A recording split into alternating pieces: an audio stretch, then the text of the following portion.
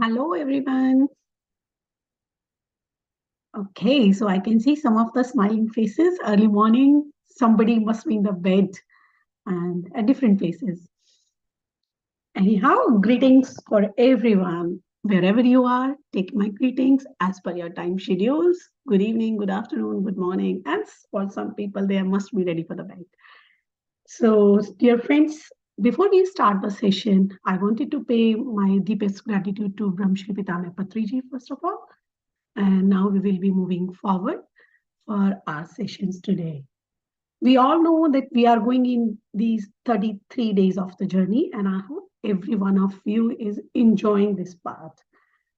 And now moving forward, we are in day 18. So friends, I welcome you all in day 18, My Time Infinity, organized by IFSS International and TSSM Global in collaboration. So friends, let's move forward for the today's topic. We will be introducing the speaker and the topic a little later. And before that, I think we should get a little bit of the scientific touch of our daily sessions, what we are getting from Sunil ji. And Sunil ji is the trustee of IFSS International Organization. So I would like to invite Sunil for our scientific vibe. Thank you, Sunil. Thank you. Thank you, Kanchanji. Good morning. Am I audible? Okay, thank you. Yeah. All right. Thank you so much. Amazing morning. Yet another day of 33 days program. Good to see the consistent participation and the practice, most importantly. Great. So one of the objective of, we all speak about scientific and spirituality, along with IFSS has one of the motto is to bring the bring the scientific element, scientific temperament along with spiritual subjects. So keeping that motto, we started this research bite, and we are sharing what universities and others have.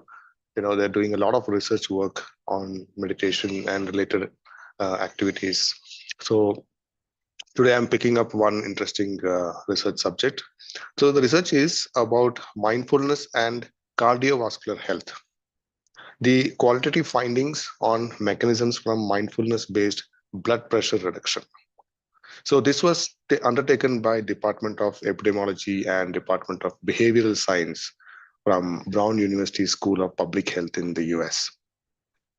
So this research looked into how mindfulness program, specifically the one called mindfulness-based blood pressure reduction, they call it internally as MBBP, and how this can help the cardiovascular health.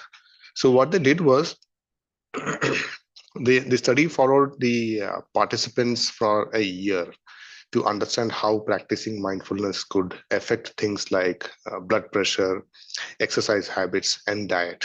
So the participants in the study noticed that there were three main benefits, that is increased self-awareness, better attention control, and improved emotional regulation. So let's just touch upon what they mean.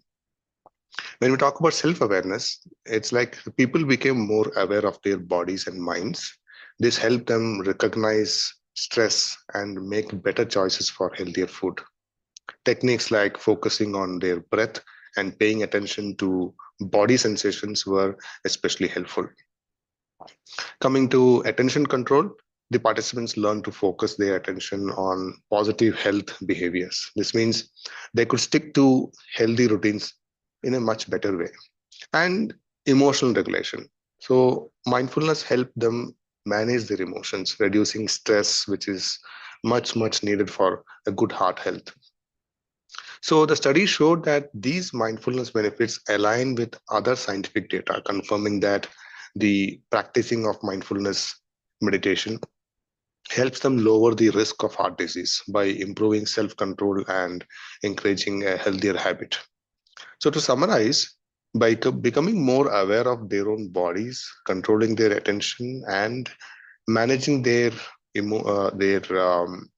emotions, particularly, were able to make a better, healthier lifestyle choices. That's very important. So this research points out to the powerful role of mindfulness in improving heart health and reducing the risk of cardiovascular diseases. It also shows that mindfulness, we perceive it as just a tool. It's not just a tool for relaxation. It's a practical tool for a better and healthier life. So that's the short research bite I want to share today.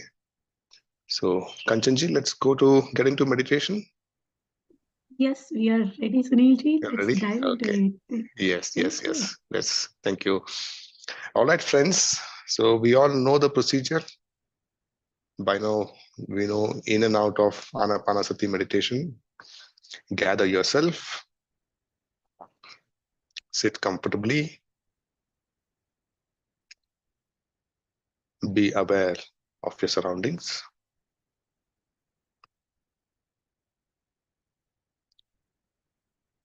Just look around.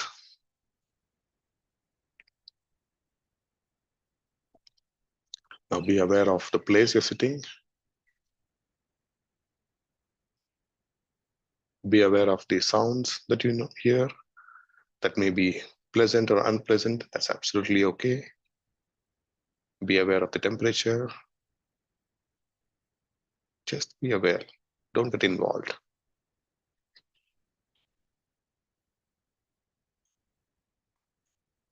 We're going to do Anapanasati meditation. The very first requirement is to make the body as comfortable as possible. So sit very comfortably. Take back support if needed. Lean. If you're sitting on a chair, cross your feet, clasp your fingers, and just sit.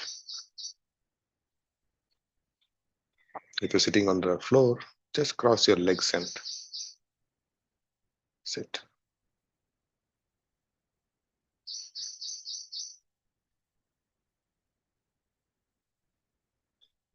Now, slowly close your eyes. In case you're wearing spectacles, you may remove them.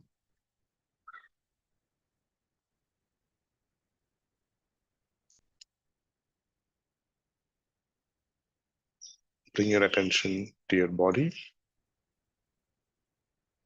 Let's just scan our body from head to toe. Sthira Sukhasana. The body should be completely at ease.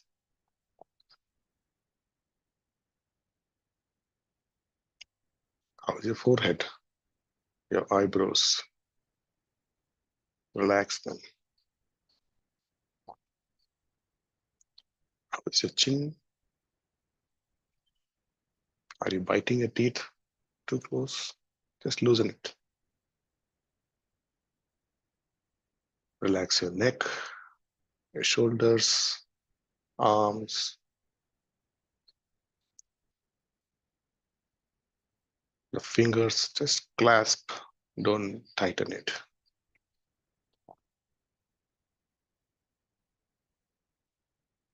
How is your upper back, your lower back,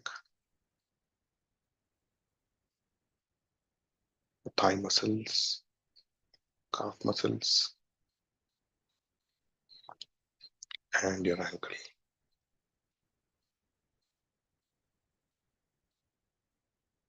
The body is now at complete ease, in a very relaxed state.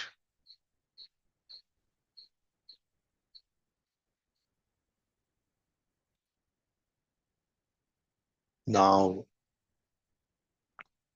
bring your attention from your body to your breath.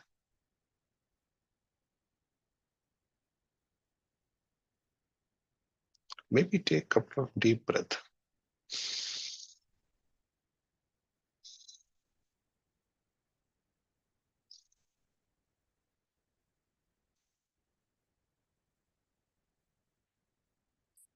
Now, just pay attention to your natural breath.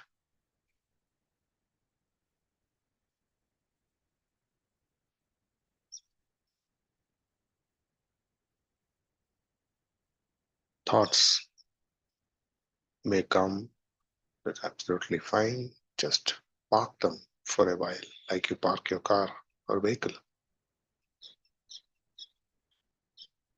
We can pick them later after this session. For now, it's just me and my breath. Just be with your natural ingoing and outgoing breath.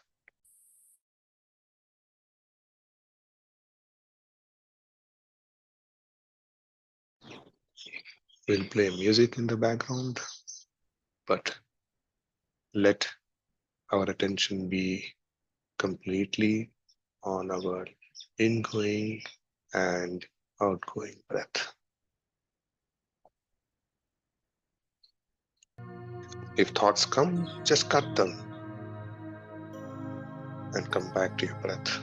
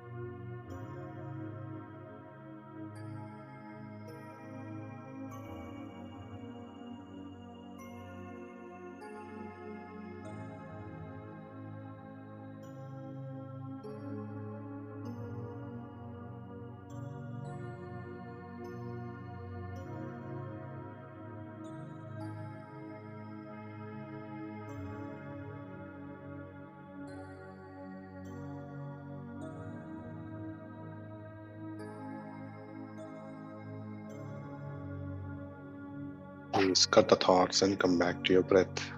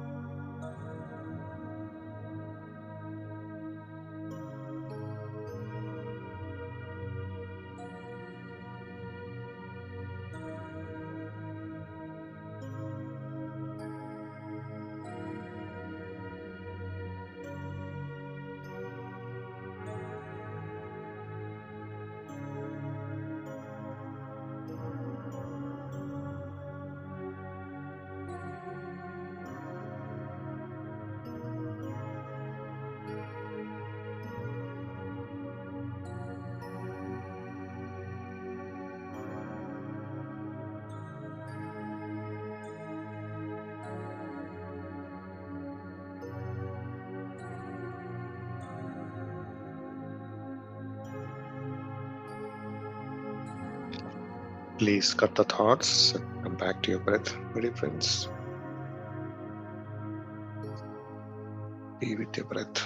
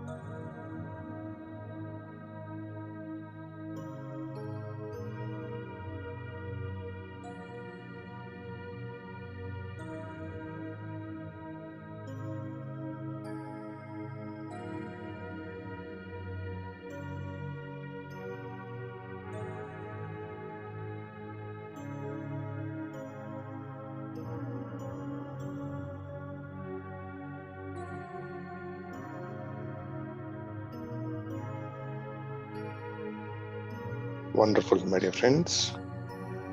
Please continue being with your breath. Last 10 minutes.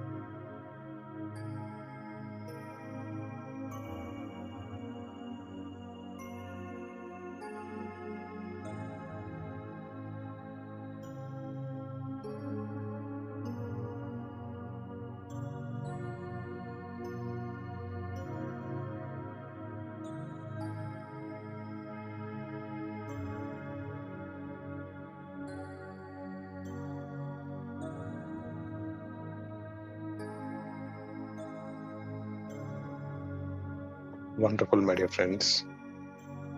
Please be with your breath. Last 2 minutes.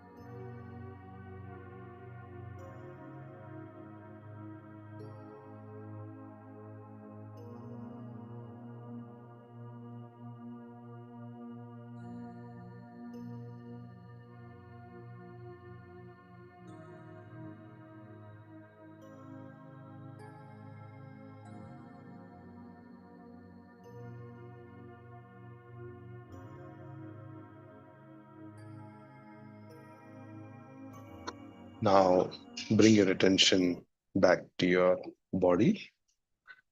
Do not open your eyes yet.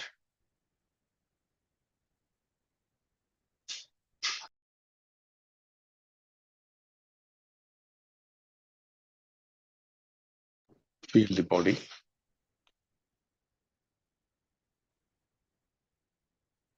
Slowly, when you are fine, please unclasp your fingers. Place them on your eyes for 5 seconds.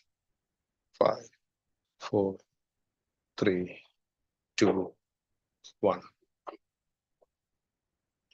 Slowly, at your ease, you may now open your eyes with a big smile.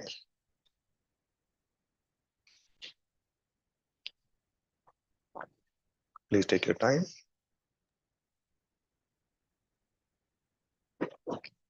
Thank you so much. Over to you, Kanchanji. Thank you so much, Sunil, for such a wonderful meditation. Thank you. I hope everybody is slowly coming back. No hurry, friends. Take your time, come back, please. And if possible, please put on your cameras. Okay. Friends, for the today's session, we have heard so many of times about the unexpected moments always come in anybody's life.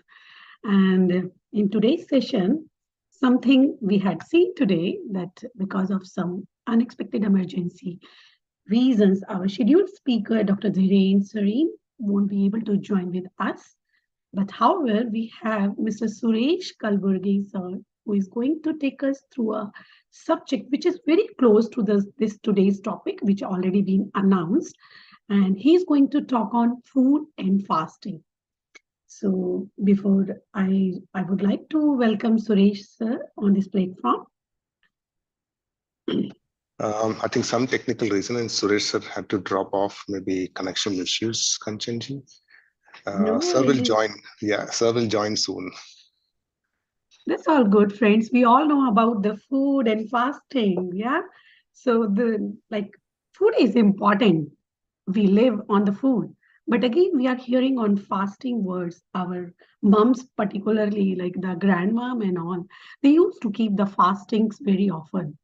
But now in the modern life, we all are going with the dietitian, right? They are keeping us on the fastings as well. So the two parts, these all two are the integral part of our body, food and fasting. Food is important, we are living, and how the fasting is important, we need to know. So maybe in the chat session, let's make it a little bit interactive. How you feel the fasting help you in your daily life, or when you feel you want to do fast. Till our speaker is joining, let's hear on it. Any kind of fasting, even like I can say it's not only eating the food. If you had done any other type of fasting, let's mention it.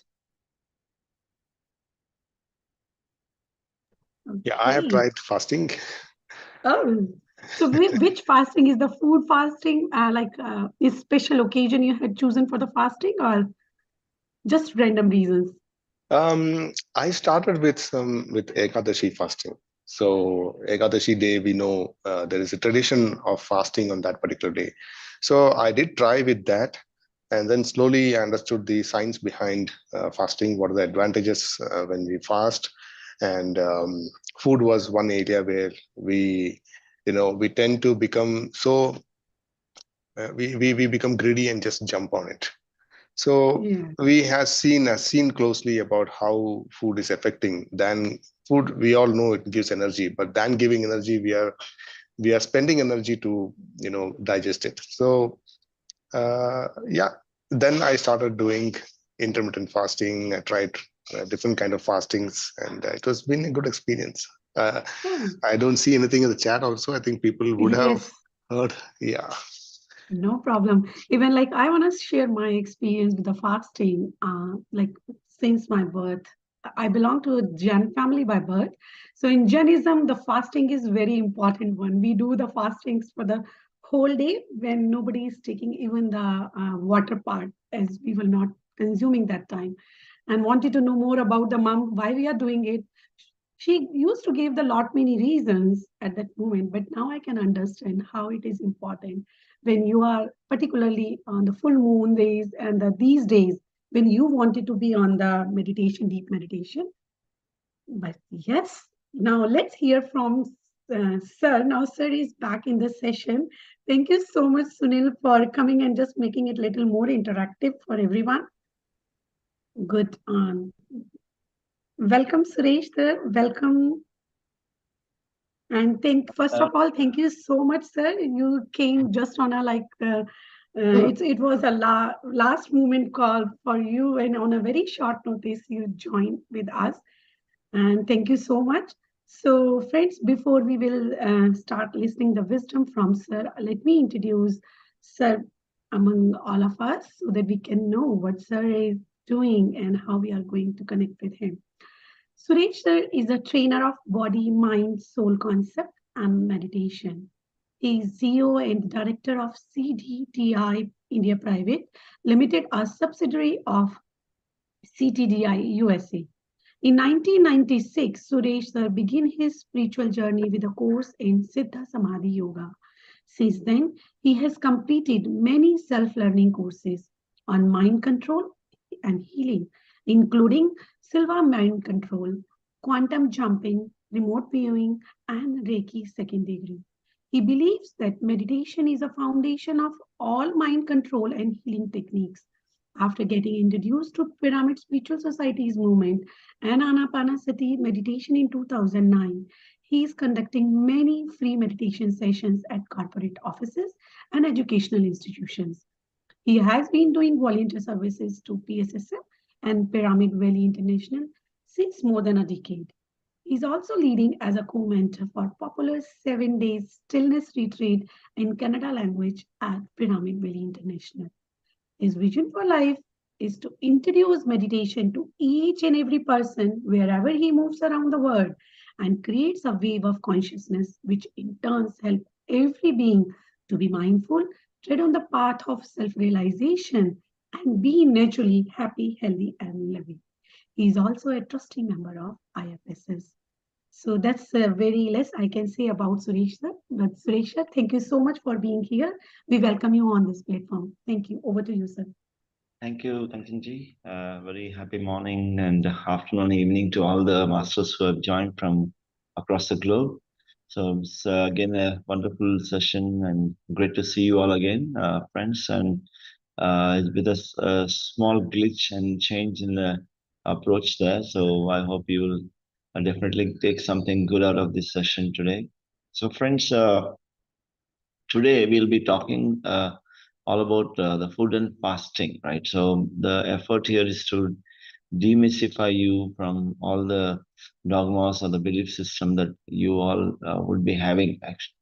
So for this session to be more, effective, I would request the host also to enable all the masters to unmute on their own as well as be participative, and request wherever it is possible for you to switch on the camera so that we can see you all, and then we can be more participative and you will get the best out of this session. And so I request you all to switch on the camera wherever you are comfortable to participate, and also you can unmute on the move, right? So there's no need to raise the hands or request the yes. Okay, thank you, Balaji.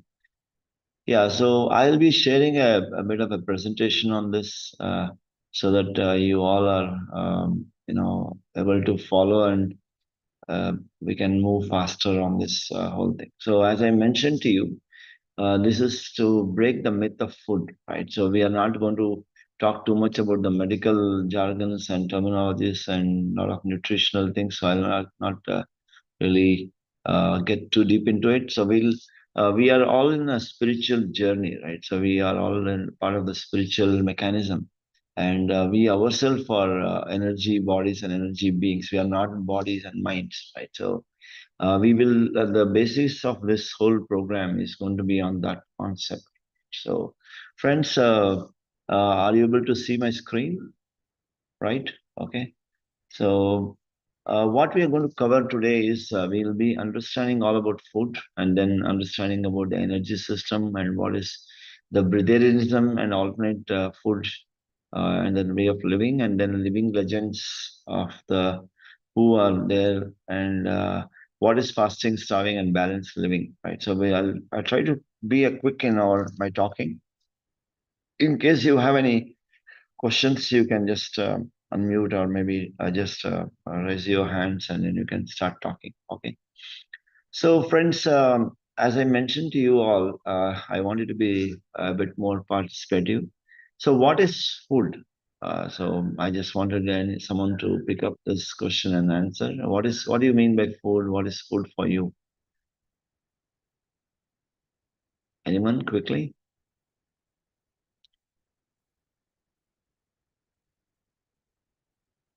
Yes, friends, please feel free. So, there's nothing to wonder whether the answer is right or not, but I just wanted to start from the basic understanding. So, are we able to unmute the participants as and then we want? Okay. Yes, sir. Yeah. So, what is food, Anjuji or Vikramji, So, anyone? Sureji, Vikal here, good morning. Hey, good morning. Okay. So, Sureji, for me, the food, the form of the energy to, keep going on and survive. Yes. Okay. So, someone has said energy to body and mind, and then source of energy, nutrition and energy. So it says energy again. Okay, taste. Okay, someone said taste. That's good. So what else? What is food? I want some more answers here. What do you mean by food? What does food strike in your mind when I say what is food?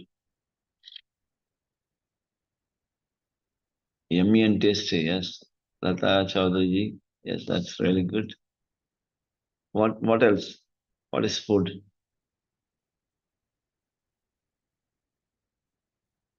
Some more answers.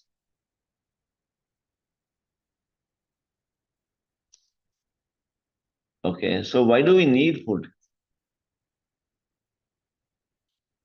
Driving force for physical body. Okay, so why do we need food?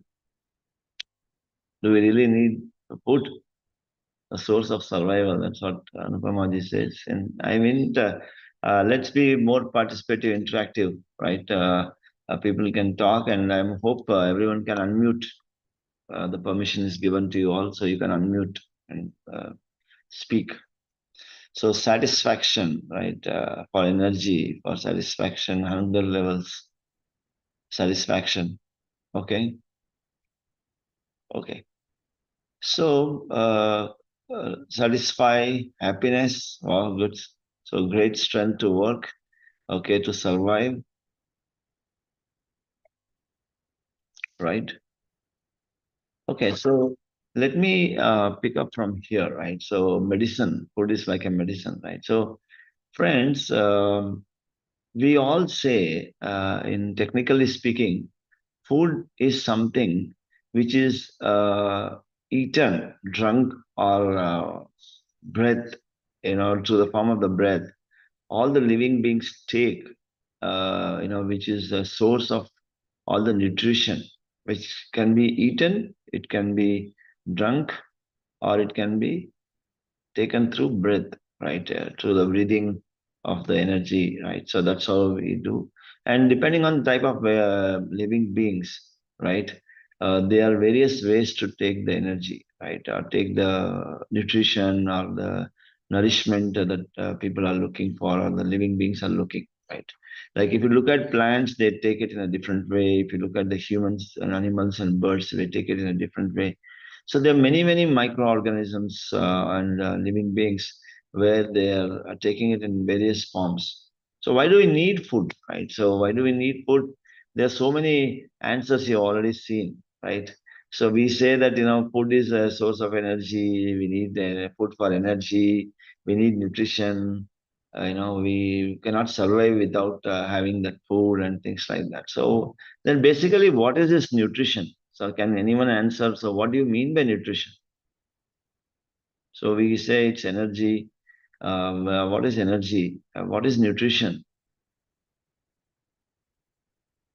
Can anyone define what is nutrition? What are different type of nutrition? So, yes. Body needs certain vitamins, minerals. Yeah, mineral, vitamins. Yeah. Yeah, what else? Vitamin A, vitamin B, A, B, C, D, E, F, G, H, Z, right? So Yeah. So there are fiber, there is sugar, there is iron content, or that yeah, you're saying something, sorry. Protein, yes. Protein, yes. What else? What is nutrition? Carbohydrates, fats, minerals, vitamins, trace element. Okay, yes, Raju. So balanced diet. So have you all seen what is this nutrition? Have you experienced what is this nutrition? Basically, what happens with this nutrition? yeah, if we won't take iron, some pains will get, right? You will get problem. Yeah, yeah, body needs nutrition, otherwise it will damage. Okay, okay. So, friends, ultimately we say most of us they agree that it is for the sake of energy we cannot survive and things like that. Okay, and the food is source of all the nutrition. So if I talk about nutrition, we talk about all these elements, right? Carbohydrates, proteins, minerals, fiber, sugar, fats, so many other things, right? And a lot of vitamins, confusing, and vitamin D or B12 or whatever, right? We talk about it. So if we humans, right, are really looking for this sort of nutrition from our food, okay, why don't we eat all the raw food, right? If I look at the sprouts, if I look at fruits, if I look at all the leaves and things like that, that is a source of all the best nutrition, isn't it? Not Not for not taste. It won't give that taste. it won't give the taste. Yes, that's where we come. So that's where a lot of people they said food is like a kick, So you get a high when we Mm, eat, right? And when we eat or drink, we get a kick or a high. some So happiness, satisfaction. yes, yes, yes. So, friends, if it was really for nutrition and if it is for really for the health benefit and things like that, we would all taken the raw food. We could have taken sprouts, juices, vegetables, raw food. And so, because that is all called the pranic food or it has a life force. And when we eat, it gives the best source of life and nutrition to us. But what we do, we put it all in a cooker or a oven or a vessel and just imagine if you are all put in a very big human sized cooker and put it for 10 minutes, what happens to you? What happens to us? If I'm all put into a very human sized cooker and boiled for 10 minutes, what happens to me? Right? So it's all gone, right? We are dead. So what we are doing is all just it is just a myth that yes, we are getting all the nutrition and food and things like that. It is more emotional. It is just to satisfy the taste and emotions and things like that. So when you map yourself to, like, say, aloo paratha, okay, the moment you smell the fragrance of aloo paratha comes, then your salivation starts, and then your acidity in the body will start generating, and then you are waiting. The tawa is on. Come on, give me. I am ready to digest and quench your emotions now. The moment you smell bisibele baat or wangi baat or masal dosa or puri bhaji and whatever, right? You may rasgulla, rasmalai, everything, right? So whatever it is. So the moment you map yourself, then yes, the the mouth starts salivating, and then the stomach starts preparing. Yes, my master is going to put some fuel inside me now. So that's all the fuel. It's whatever we eat is more like the calories, like petrol and diesel, right? So you're just taking more calories. It's nothing to do with the life force there. The moment we boil and cook it, right? So whether we need it or not, that's a different thing, but it's all about the kick, right? Food is the most dangerous, or I would say, the most hypnotic addiction that all the human beings have from the time they are born till the death, right? The society says, Arey beta, if you don't eat the food, then you will become very lean, you will become very thin, you will become skinny, you will become bony, right? And you have to eat, you should look, plumpy, you should be a bit more heavy, or like you should feel like the body is filled, actually. So you should feel the cheeks are good, the hands and legs are good, and muscly and things like that. So what's happening is that everyone says that you have to eat 3 meal a day, you have to eat 5 meal a day or 4 meal a day. You keep eating, keep taking bites and things like that. So it's all an addiction.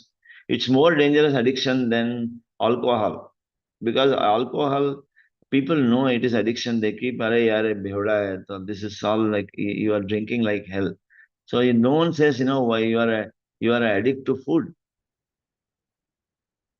We don't know that we are not getting that food energy, or the emotions from the all the nutrition from the food. Why we are living happily, why we are able to survive, is because we are able to sleep properly in the night. We are able to cut off the mind and connect myself to the super source. Okay, every night we cut off and then we connect ourselves to the universal source, and that's when the regeneration happens. That's when the recharging happens. That's when the all the energy is flowing, and all the nutritional requirements of the body is also coming to us, actually. And we the so-called, it's all more like a placebo, that yes, we feel the moment we eat, we feel that yes, energy is flowing to us, right? So it is all about friends, realize that if at all we are talking about nutrition, we would have eaten in a different way, right? And we are eating just for the sake of our emotions, to satisfy our emotional hunger, that satisfy our tongue and nose. If you go to China, right? Like I recently traveled to China and Taiwan. So if you go to China and Taiwan, if you find street side restaurants or shops, you will just walk about 100 meters away from that by closing your nose. It will smell like gutter, right? And you will not even feel hungry. And even if you are hungry, you will forget it, because the moment you smell that, all your saliva in the mouth will dry up, and acids in the stomach will stop producing itself, because you will feel like gutter. "Arey, ye kahan se aa raha hai smell?" Because they eat something called as rotten tofu, and all that things, different type of fragrances. You will not even know it is food, right? So you can't map it. Your saliva will not produce, your desire will not kick off. It will not fire your desire or emotions there, right? So friends, it's all about mapping. From the time we are unknown to it, and then some food is tasted and you are forced to eat, and then you get an addiction, and that's a practice that we all get into, right? So friends, let us understand a bit more about the energy body right now, right? So what do you see here in this? We have understood a bit more about what we are eating and why we are eating, and we could all understand that yes, it's more emotional. be driven. So let's understand what is this energy about, right? So what do you see here in this image?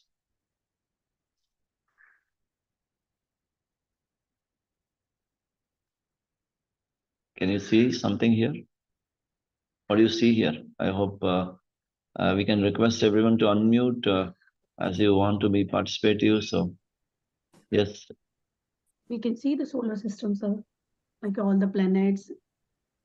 Yes. So friends, we would all studied in our childhood days, right? And school days. What do we see here is the solar system, right? Who is the who is the center of this solar system? Like what is the who is the controller of this solar system? Who is the what is the core of the solar system? Sun. Sun, right? So sun is the core of this solar system. Wow, good. So I'm seeing some answers coming in verbally. So I love that. So rather than me getting into the chat mode, right? So sun is a the Pitamaha, or the father and mother of this solar system is sun. So if suppose the sun decides, I'll take a vacation, go on leave for a week, what happens to this solar system, right? So the Earth is all the planets will go dishum dishum. They'll all go helter skelter, take a tucker to each other, and we won't know what's going to happen to this planet system, isn't it?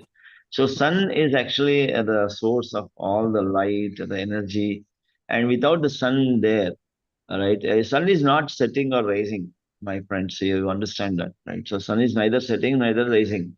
It's there as it is, burning 24 bar 7, 365 days. Not even a single second is missed out. Only that we are rotating, we are revolving around the sun and rotating. The earth is rotating, so that's why we are getting a perspective of day and night and things like that. Right? So it is subjective to earth. It is not subjective to sun. Sun is always there, right? So, and that is the source of, because of that sun's gravitational pull and the energy, all the living beings on the Earth planet, they produce the food, they are living happily, everything is working smoothly. The plants are generating the food, and without the plants and those tree kingdom, no one on the Earth planet can survive. No one, right? Whether it is producing the root foods, root vegetables, shooty vegetables, or leafy vegetables, or whatever, right? It is so all the beings, isn't it? So if the sun doesn't rise, everyone gets into depression. You would have heard on the North Pole, South Pole side, people who are getting 3 months sunrise or 6 months sunrise, 6 months there is no sunrise, they all get into a bit of unhappy mode, or they get into a depression, their health system gets upset, right? So friends, sun is a source. We are not putting a pipeline, or we are not putting a cable there, wire cable, and then getting energy to the system. Are we getting like that? It is so far away. It takes 8.5 minutes for the sun energy and the light itself to reach to Earth. At the speed of light, it takes so much of time to reach the sun rays coming to Earth. It takes some time. So imagine it is so far away, but still, yet every smallest microorganism on the Earth planet is surviving because of the sun energy, right? So it's so important to understand this model. So if you look at the score, it is the sun is in the center, and all the planets and satellites are revolving or rotating around the sun itself, right? So if you look at the another image here, so what do you see here? So we see what do we see here? We see the atom structure, right? So in the childhood days, we would have studied what is atom structure. So atom also is nothing but a similar replica, right? If you see this, it has a nucleus, it has a protons and electrons, right? Protons and electrons are there revolving. It's like the core of the atom structure is again the nucleus. Nucleus is like the sun, right? And the protons and electrons are like the satellites and the planets that are going around it. Okay, it's a similar structure. It is a hologram of what the solar system is all about, right? And if you break open one of the cell, it becomes a bomb. It looks like a cell, but if you break a nuclear, like you have heard about nuclear fusion, fission. So if you, it's the same atom, we don't know how much of energy it can explode just by breaking open one atom here, right? This, right? So, friends, it's the same replica, there. It's just the micro and the macrocosm approach here, right? And if you look at it, the bottom of the screen here, what we see is the biological cell, right? So biological cell also is something similar to the atom, or it can be like what you call the human cell. The cell, the moment we call cell, nothing but it has some voltage. It has some current that flows through these cells. Right? It is called the jivatma. It is called the living. It is called jivanu. Jivanu means it's a living cell, right? And the core of this cell also is the nucleus. It has a nucleus. So the moment the nucleus is broken or it's lost, then the cell becomes dead. Action, right? So it is nothing but in a miniature form, everything is a solar system. Everything, it has a core that is like a sun. It is a source of all the energy, and it's a source of everything. It's a source of the gravity. Everything is because of that. And it is nothing but like say, just to be a bit more specific, every human has like say close to 5 liter plus of blood in our body, right? And to test the health condition of the body, do we withdraw all the blood and then analyze and check and put it back in the body? What do we do? So we just take a few drops or few ml of the blood, analyze it, and then say, yes, this is your sugar level, this is your protein level, this is your cholesterol, whatever, right? You have this, what you call the uric acid levels, or you have this more of hemoglobin or RBC, WBC, and platelets and everything, so whatnot. It gives all the parameters. So we don't need to pull out all the blood contained in the body, right? So similar way, right? Even if you take one speck in the whole universe, it is nothing but the replica of the whole universe. It shows the form, or it shows the qualities of the universe. Similarly to the atom, or be it a cell, be it a solar system, right? So one drop of blood is equal to the whole blood in the body. It says the same. It gives the same message. It gives the same information also. So, friends, we ourselves as a body, we have so many trillions of cells we have, and each cell has about zero point 0.4 to zero point 0.5 volts in it. It has a voltage, right? And if all the cells are joined in positive and negative format, like Joe Dispenza in one of his talks, he says that if all the, uh, you know, uh, you know, not Joe Dispenza, so it's a biology of belief. So it is, there's a great master who has written a book called Biology of Belief. So I'm just not able to recollect the author name. So he says, Dr. Bruce Lipton. Bruce Lipton, yes, thank you, sir. Thank you for that. So Bruce Lipton, he turned out to be a spiritual master. He is a cellular biologist and a cellular scientist, right? He's conducted a lot of experiments. So he talks about the belief system and how much of energy that every cell has. So the moment you align these cells into positive, negative, like say you have 1.5 volt into 10 cells, right? It becomes 15 volts. So if I am having 1.2, 120 trillion cells in the body, you can imagine at least will generate 60 trillion volt. If someone has to see me, he has to stand 1 kilometer away, otherwise they will burn. Right? That's how much of a voltage that we can all generate, provided we are aware the art of alignment, right? The art of connectivity, right? So friends, we ourselves are the source of all that energy, but just that we don't know. Right? Oh, kambal hod ke sula diya usko. They just put all the blankets on top of it and then make it sleep. We don't know what we are.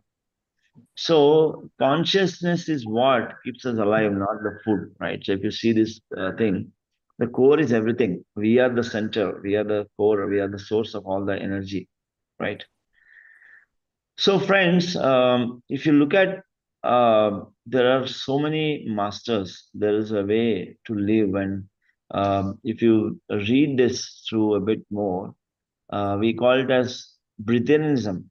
So Breatharianism is a uh, is a way of living, right? Breatharianism holds that breath is not the only source, the essence of life, but contains all life-sustaining elements necessary for man to live in complete health, peace, and harmony with the planet. Okay, so that is nothing but it nourishes the body with the prana. We are all ourselves living beings. We are the source of energy. We are energy beings. We are not the body and the mind. It is coming later. Okay, we are creating it. Okay, so breath and the prana shakti is a secret and essence of all the life. It contains all the life-giving mechanism. It gives all the nourishment to the body and the mind, and it satisfies our emotions also, right? So if you look at it here, just to give you the perspective of what the prana shakti is or what we are, right? If you look at the sun for a moment, if I talk about sun, when the sun rays comes and the rain falls, right? What comes on the sky? The screen of the sky, what do you see? When the rain falls and there's a sun rays, right? And there's a rain. Okay, what comes on the screen of a sky? Rainbow. Rainbow. So you rainbow, what are the various colors of rainbow? So they are all the All the seven chakra colors. Chakra all the colors. seven colors, right? Seven colors. It starts from the red to going up to the violet, right? The lowest frequency of light to highest frequency of light. So similarly, our body in our system also we are made of seven chakras, and the chakras is nothing but a conjunction of the etheric body and the physical body, the energy body and the physical body. It's a conjunction of the both. Is called chakra. It starts from Muladhara to Sahasrara, from our bottom of the spinal cord, the tip of the tailbone to the tip of your skull, so that is your head, right? That is called Sahasrara. Everything is based out of colors here, my dear friends. So even the sunlight, if it is a white light, but if it is split into a prism, it gives you seven colors. And the food we eat, whatever we eat, like say if you eat the beetroots or if you eat the tomatoes, right? It's a color of red, isn't it? If you eat oranges, it is orange color. If you eat pineapples or any other like turmeric, right? What is it made of? It is all yellow color, isn't it? So whatever we eat, friends, it is all made of colors. So it is feeding that part of the chakra.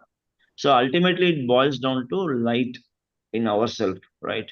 And we, as a prana, also is nothing but the energy. It is a light. We are all light. We are all light beings. We are the moment we descend into this body, it is nothing but the light that descends in the body, right? And we, as a white light, or the golden white light, we are nothing but a perfect nutrition of all the seven colors. We are the perfect balance of all the seven colors. Okay, so no doctor can tell you what is perfect nutrition for you, because we need to eat all these seven colors, isn't it?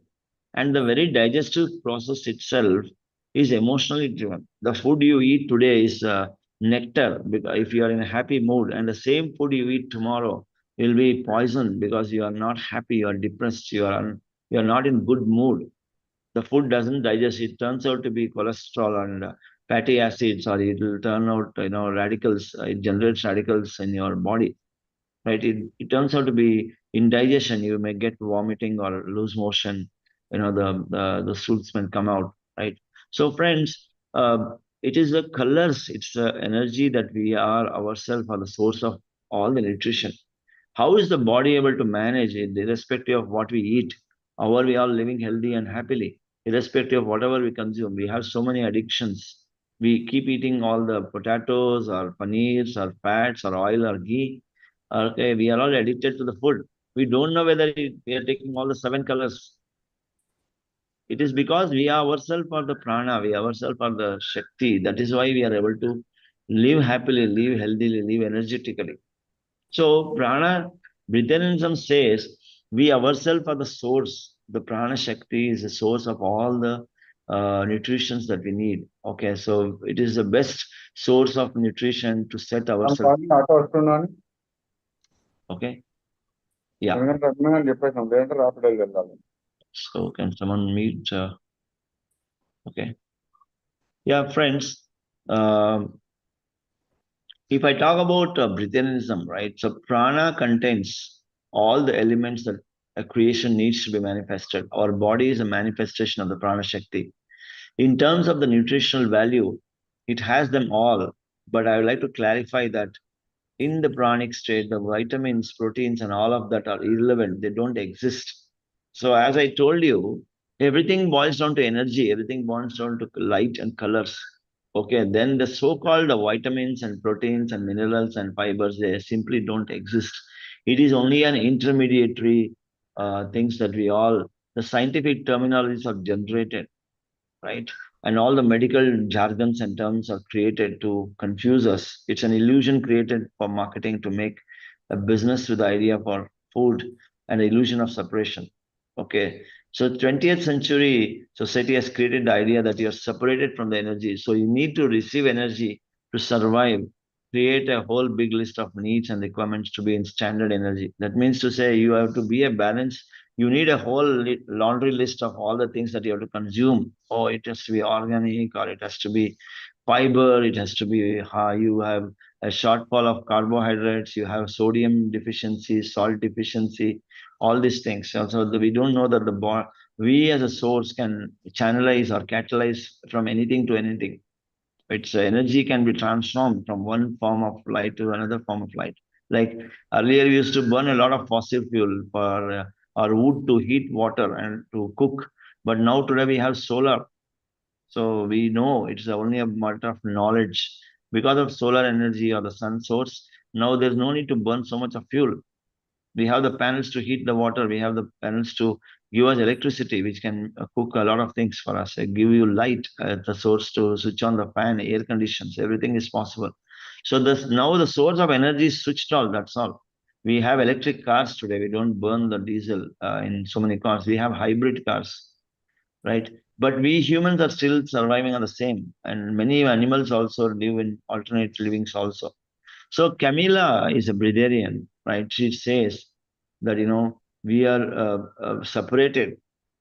Okay, for this state, none of this is true. We are not separated from the energy. I am the energy that sustains my life, and this energy that sustains me is the energy of love, happiness, and joy. So she is a Camilla. Camilla is a breatharian, right? She lives on prana shakti. She lives on light. Okay. So let me switch over quickly to some of the living legends who have been going all across the world, right? So he's no more in the physical form now. A couple of years ago, he vacated the body. His name is called Hiraratan Manik, what you see in this screen, friends. He started teaching something called a sun gazing, right? And he discovered this from ancient texts and a lot of yogic practices. And he wanted to find and get to the root of this. And starting from 10 seconds a day, he started gazing the sun. Okay, what is the method of gazing the sun? Is 1 hour from the time of sunrise or 1 hour before the beginning of the sunset. You can gaze the sun safely, right? With bare eyes, standing on a barefoot on a mud or a dirt or a ground, a playground where they find mud. You can stand and you can start gazing the sun at 10 seconds per day, incrementing with 10 seconds every day. But it is safe to see during this 1 hour slot, right? You start gazing the sun. So what he says that when you start gazing the sun, our cell, the so-called the cellular or the jivanu, will start converting itself into a solar being, a solar charged cell, and the nucleus will become, more energized like the sun itself, and then everything can be the energy is stored, and then it establishes direct connectivity with the sun, right? And direct connectivity with us as a pranic or an energy model or an atma, right? So he started seeing, and after 270 days of gazing, he developed 44 minutes of gazing. He was already viewing 44 minutes every day. And then the moment he did that, and he's also started doing barefoot walking. So what happened is all his emotional hunger died away. So he never felt hungry again. And then the first time that he did fasting, that he didn't wanted to eat, is he fasted for 211 days. It is recorded through medical research also, then under the supervision of doctors. Then the second time he fasted was 411 days in Ahmedabad, right? So he says that all the kinds of psychosomatic, mental and physical illnesses, as well as increasing memory power and mental strength, just by looking at the sun. Right, the sun is a complete nutrition, as we saw. It gives all the 7 colors, and we ourselves are chakras, made of chakras, which has all the 7 colors. Right. So when we start seeing the solar source, that is sun, the first our eyes, the cells in the eyes will become energized and become solar charged. Then the brain cells, where it's connected to, all the brain cells become solar, and then the whole body starts becoming converting into a solar cell. Right. That's the way he is, and then he has gone around the world, even including the NASA scientists. He has taught where they go out of into the space, and they cannot eat the food the way we need. They cannot eat the food the quantity we eat in the Earth planet, because they have digestive problems. They may have excretion problems because there's no gravity there. So they taught for so many scientists to how to live mostly without food, right? So this is one of the masters. Then what you see, the Akahi and Camila, right? So they are the light living on light couple. They teach something called as a 8D process, 8-day process, where they will lead you through a series of fasting techniques, breathing techniques, and meditation techniques, where at the end of the 8-day program, you will be relieved from all the emotional hunger. You will tap into your own source, your own energy system, right?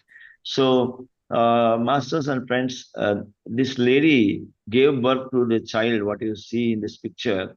And throughout the pregnancy time, she would have eaten hardly 3 meals.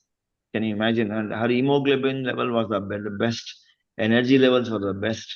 And they teach this technique all across the globe. You can find them on ricardoakai.com, or you can just search for Akahi and Camila. You can find a lot of interviews and knowledge about how they provide. Yeah. So, friends, this is all what they speak all about, Akahi and Camila. And this is a lady whom I have met personally also. She is from Australia, Jasmuhin. Okay, she teaches something called as pranic way of living, living on prana. And she teaches something called as cellular meditation. Okay, she says, okay, my dear friends, come, we'll have a cosmic breakfast. So it will make you close your eyes and then talk to all the cells and yourself, and then recharge yourself, and then get the tap into the energy, the purest form of pranic energy, and say, okay, the breakfast is over already, right? So this is how she has been living ever since 93, right?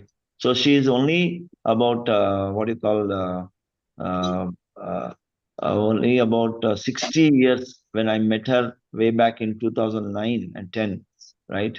And now she would have been more than that, and she's still living happily and going across the world, teaching on pranic living and cellular meditation, and tapping in. And moreover, wherever there is a nutritional deficiency in the countries on the third world, she teaches how you don't have to suffer just because you don't get you so-called the myth that you get energy and nutrition from the food, the physical food. You don't have to worry. You meditate on yourself. You meditate on the cells. You meditate on the prana. Then you are again getting all the nutrition that you want. So, friends, this is all about the living legends, okay? And they all have lived. So, giving a bit of my experience with these masters. So, I practiced sun gazing for a long time. I could see that my emotional hunger getting quenched, and I don't need to eat 3 meal a day or 4 meal a day. I've been practicing it.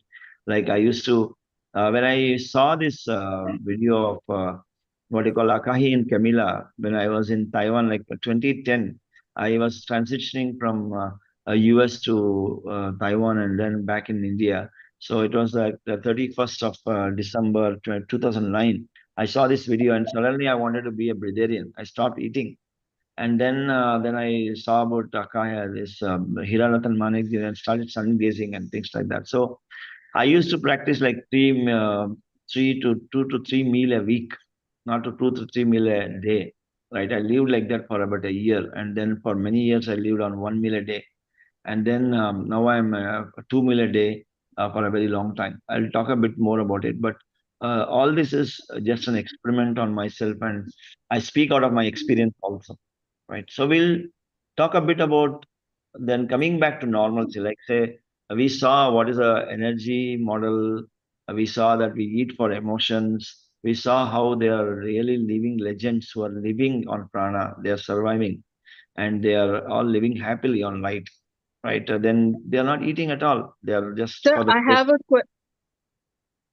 Yeah, madam. sir, I have a query. Is it right if I ask, or should I talk towards the end? Like, Yeah, maybe we'll open up just in the interest of time. So okay, I'll open up for Q&A once we uh, get to the end of it. But sure, I'll just cover a couple of more points here, right? sure, sir. So friends, we saw at one side, we saw the, what do you call, the pranic Shakti, the energy model, the sun, the solar system. We saw many legends that were living in extreme. So we as a human, right? So we don't have to go to the extreme left or extreme right. It is a middle path. Okay, Madhyama Marga is what we have to follow. We neither think that we are surviving just because of eating, or that we are not abstaining from the food completely at all. So that's when we have to live a balanced life. Okay, then let's understand what happens to us actually. So, what is fasting? Can anyone answer what is fasting? Fasting is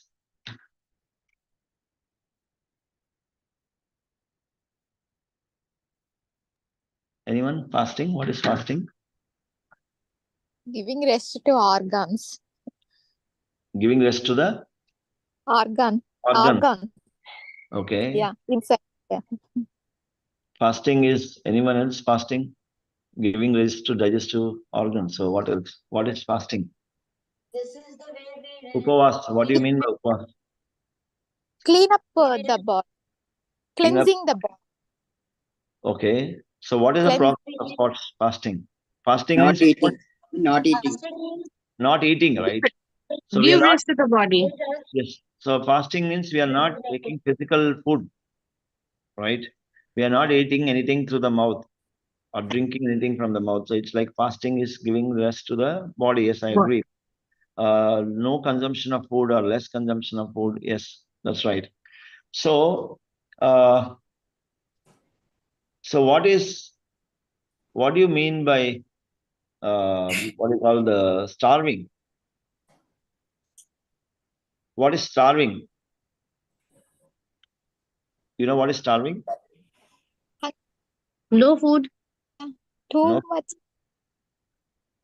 you're feeling weak or Hungry. lack of energy, right? Or what happens? Like say, has anyone done fasting here? 48 hours, 24 hours. Has anyone done fasting? Who does fasting regularly? Anyone in this group? Not regularly, but earlier I used to do Surajji.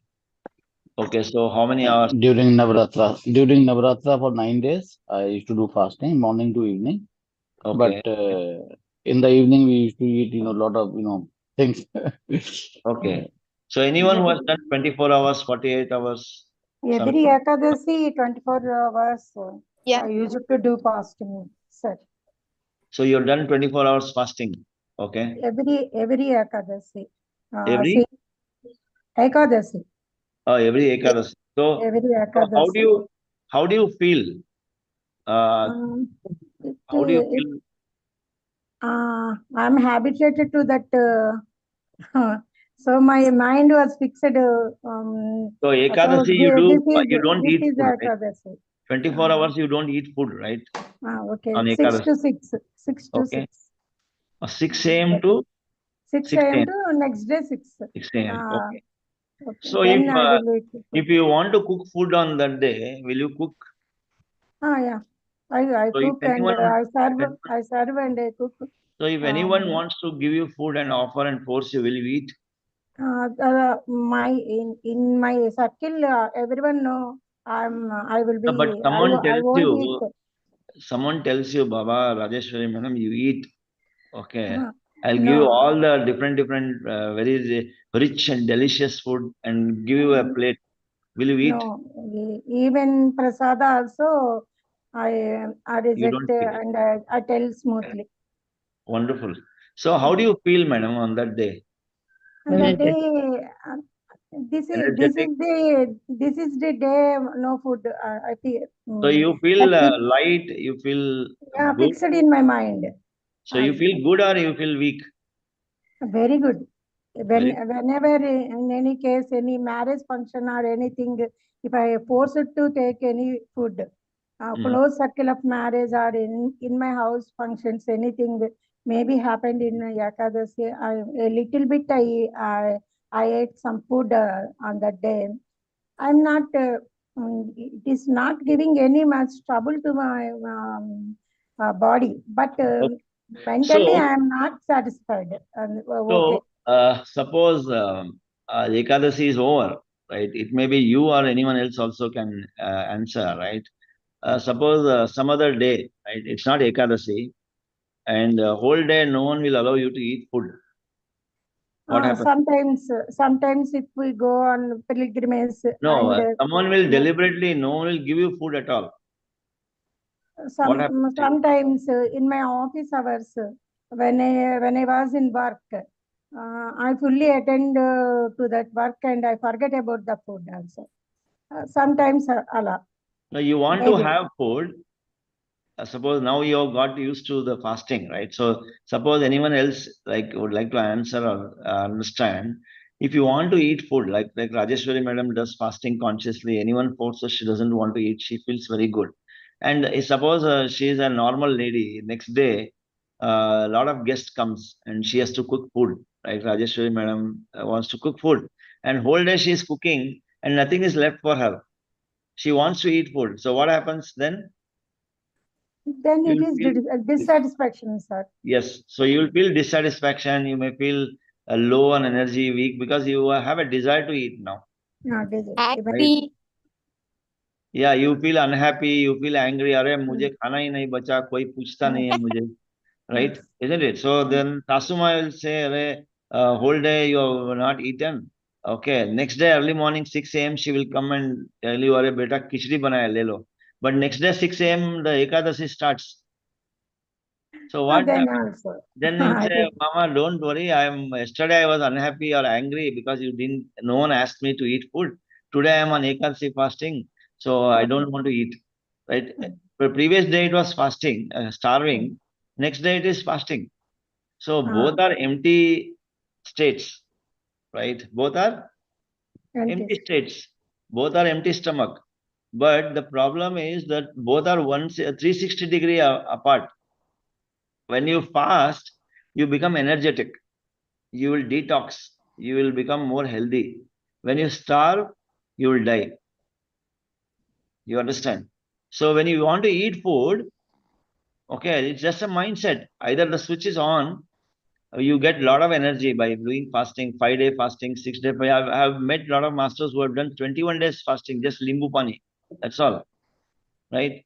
And the moment they say that, at the end of 21 days, they feel like they are literally birds flying in air. They feel very light, very happy. And you can feel the vibrations at the cellular level. They can feel even the breath without closing eyes. They can feel meditative, right? But when you want to eat food and you don't eat, then you are starving. Then you will become weak. All your nutrition goes down. Your energies goes down. You will collapse. The acidity will shoot up. Gastric ulcer, everything will start. So to all the female masters here, particularly who cook and feed the families, whenever they don't get into the myth saying that, people say, Are Baba, you should eat on time. Are Baba, you should eat healthy. Otherwise, you will get all this ulcer, peptic ulcer, gastric, everything, acidity, everything, you will get it. All this is, just a worm in your head. There's nothing like that. Food and fasting, right? It's very, very easy to manage. Whenever you are unable to eat on time, whenever you cannot eat, then you say, I'm fasting.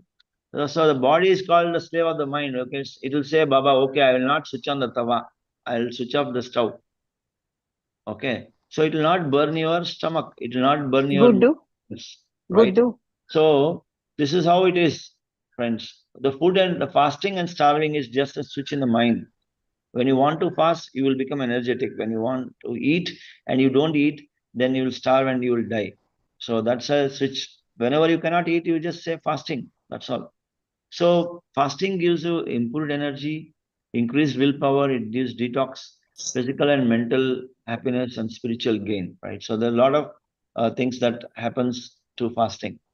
So friends, this session was mainly to help you to understand uh, what is uh, what is the myth of food, and then don't get too much into the nutritional value, the fibers, vitamins, and so meditate every day and realize that you are the source of all the energy, and the biggest source, the sun, is always available for you, right? You can do a lot of understanding about your chakras, your things. So I have particularly from 2010 onwards, the time when I started exploring this living on light and pranic living or chakras and everything, my emotional hunger has died out. And I know that yes, I'm eating for my desire, I'm eating for my pleasure or indulgence.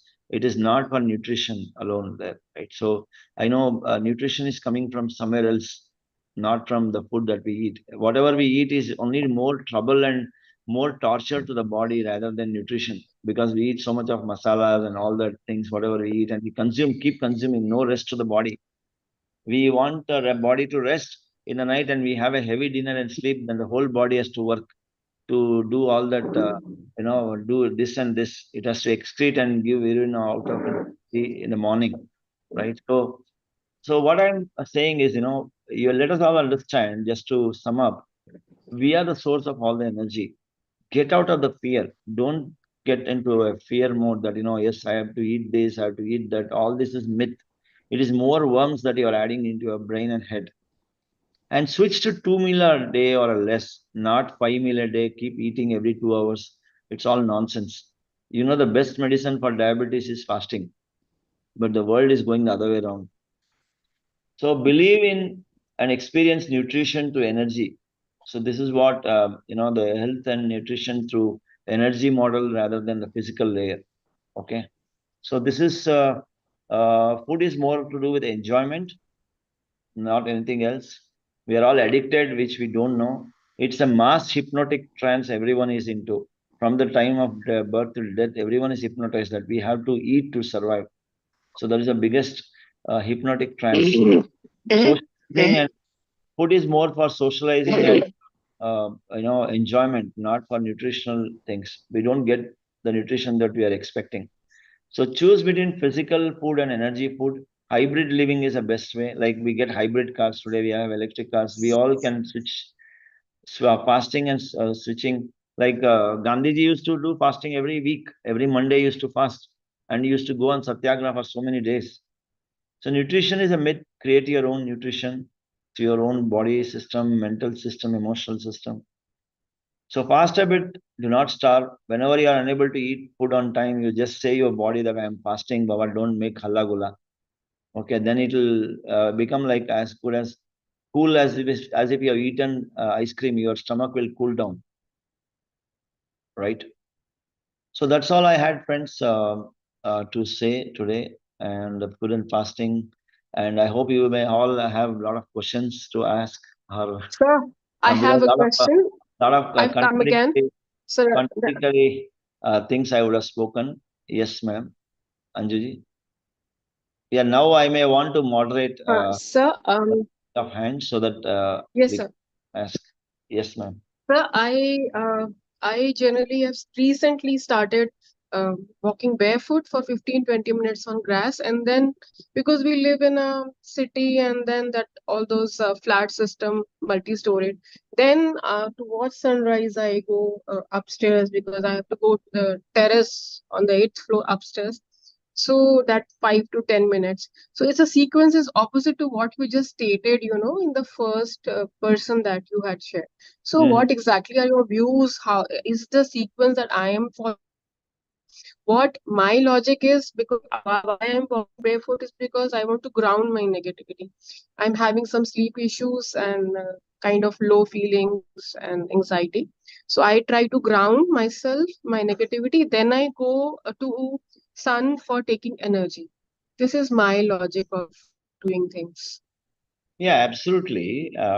There's nothing to worry about the sequence. Don't worry about the sequence. So barefoot Okay. walking is definitely wonderful, gift for your body, right? The legs has a lot of pores through which all your toxins are, grounded, and it dissipates. It goes through the cellular level. It grounds, and it removes a lot of toxins. The foot is a very important part. That's why when you go to any farm or any other nature place, best way is to take out your shoes and all your protection to your leg, and then be more barefooted, right? That's when. And then sun gazing is more important. It's not to be just in the sunlight. Of course, the skin takes a lot of, let's say we draw a lot of vitamin D. Don't get into the myth of those things, but sun gazing definitely helps to you, right? So That's what what. is the minimum duration, like the optimum? I mean, No, as I mentioned there, I have been like say gazing quite a lot. Like even 12 noon sun I can see without any problem today, because I have oh, practiced that method. So in the morning, whatever your safety limit is, like say when you say sunrise is at 6 a.m., between 6 a.m. to 7 a.m. you can see the sun safely. So Hira Ratan Manek ji suggests that it starts from 10 seconds a day. Every day you increase it by 10, 20, 30, 40 seconds, and then you reach to a state. By then you would have already got so much of energy, and the cells would have become solar charged, that you don't need physical food at all, right? That's how he says. Yeah, so start from there.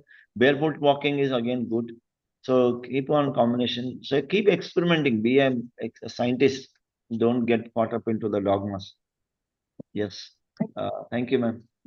thank you. Thank you so much, Anjuji, for asking this question, and thank you, Suresh sir, for this wonderful sharing. Yeah, I think we may have some more questions. Yes, sir. Sir, we have a lot much in the chat as well. So we will be going with Lata Chaudhary now. Yeah. Lata ji. Thank you for wonderful class, sir. It's like unbelievable facts to me and completely U-turn. Yes. And my question is old in yugas like earlier previous also we have this eating habit, right? Even enlightened masters like Buddha, Ravana Maharshi, everyone is habituated to take food, right? Mm-hmm, mm-hmm. This is not new one in this century. This is yugas also everybody is taking the food. Yeah, ma'am. What is your question? So question is like why means like why we have to go for all these new practices like No, sun no gate. one is telling you to get into a new practice, right? So my purpose of this session is to show you all the dimensions of what the food is all about. Like there are yogis who have done yoga, the meditation for years and years without having any food, right? There is a yogis who have shown you that you are the source. There's yogis who have said that sun is the source. And there are many masters who have not eaten and living also. So there is another way also, right? So what I'm saying is, for a modern human being, we don't have to get caught into all these dogmas of all the jargons of the medical world. So when you are, we should realize that you are eating mainly for your enjoyment, your emotional needs, and the physical need. You are yourself the source. The moment you are born in this body, you are the source of everything. You are the Atma. So it's an extremities of seeing. So finally, we say that you leave the middle path. You have, we say, 1 meal a day is a yogi, 2 meal a day is a bhogi, 3 meal a day is a rogi.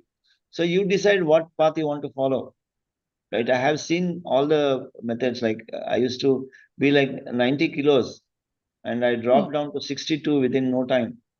300 grams a day I dropped. I used to eat 3 meal a day a week or 2 meal a week. Then for 8 years, I practiced 1 meal a day. Now I'm 2 meal a day for long. So I know whenever I travel overseas, I'm a strict vegan and vegetarian. So there's no need for me to go and search for food. I say I'm fasting. That's it. Whenever there's an opportunity, I pick up some bite of fruits. Right. So Okay. what I'm saying is, I want to demystify the concept of food here, right, to this session. That's the only purpose. So don't get So into the weakness. Like I just compared the food and fasting and starving. Fasting gives you energy, starving kills you. You understand? So this is required for humanity today. Right, Okay. right. Thank And you. another Yeah. question is like, is there any relation if you don't take, means if you are on sun something, not eating food will get enlightenment easily, enlightenment like Yes. master. See, when you are not eating, like when you are fasting for long number of days, okay, Mm, mm, you are still living, you are going to survive, but you will mm, live on the purest source of energy, that is the light itself, right? The highest level of nutrition. So the body will automatically rest and it will all change to high frequency energies, high frequency food. That is the light. So what happens is at that moment, you will be like a living meditation. You can even sense the cellular movement, the blood movements, the breathing. You will be complete awareness. If you go and talk to any person who have fasted for 21 days, then they'll say, "Arey yaar, I can even feel every breath. I feel the whole body is vibrating. I can feel the sensation of the whole body vibrating. The cells are vibrating. They can even feel that one cell is born, one cell is dying. So they can feel all that. So it is like living enlightenment. Yes, you are right that fasting, the more we fast and the more we practice this methods, you will like living meditation can be experienced without closing the eyes. Awareness. Yeah, thank you, ma'am. Yes, Rajeshwari. Yeah, any maybe the Kanchan you can No, moderate. that's okay, sir. Yeah, Rajeshwari ji. That's absolutely fine, sir. Yes. Thank you, sir, very much. Thank you, thank you. This is the most interesting topic to everyone. Today's topic. I feel better. But about sun gaze, I read some of the books and some others saying like that. If we don't have any place to go and they stand before the sun in the outside, so we better to put sand in a tub and in your balcony also. Then where you getting the sun, face before the sun and stand on the tub. 10 seconds a day like that. Somebody, some of the books I read. Is it Yeah, true, yeah. sir?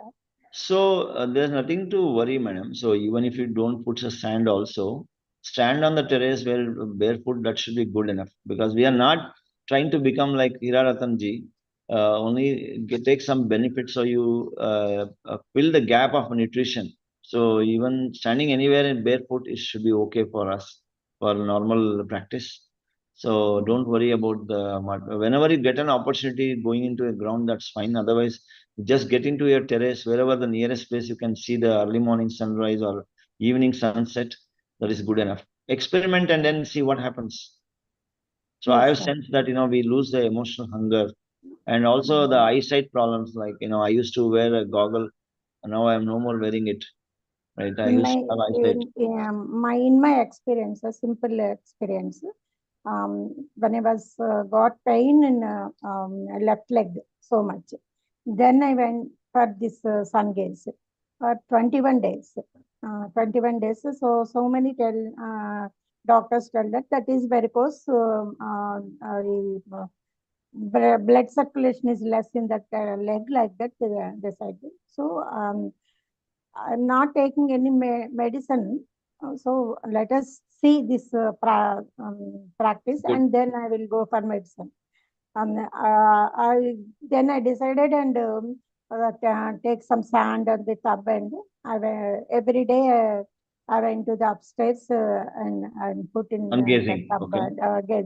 sun gazing 10 minutes, 10 seconds, 10 seconds I have increased and 21 days I did like that. So my leg pain has gone. So Very that's good. why I believed in that one. I'm not doing regularly, but it Yeah. it, So it will basically, work. see, we have to understand one thing. Why does our body become ill? Right? Because there is a certain functions that are not working, right, in our Yes, body. yes, And when we give a complete light, a light source which is 7 colors, all the chakras are activated. So all the body parts, because the chakras are driving various functions in the body.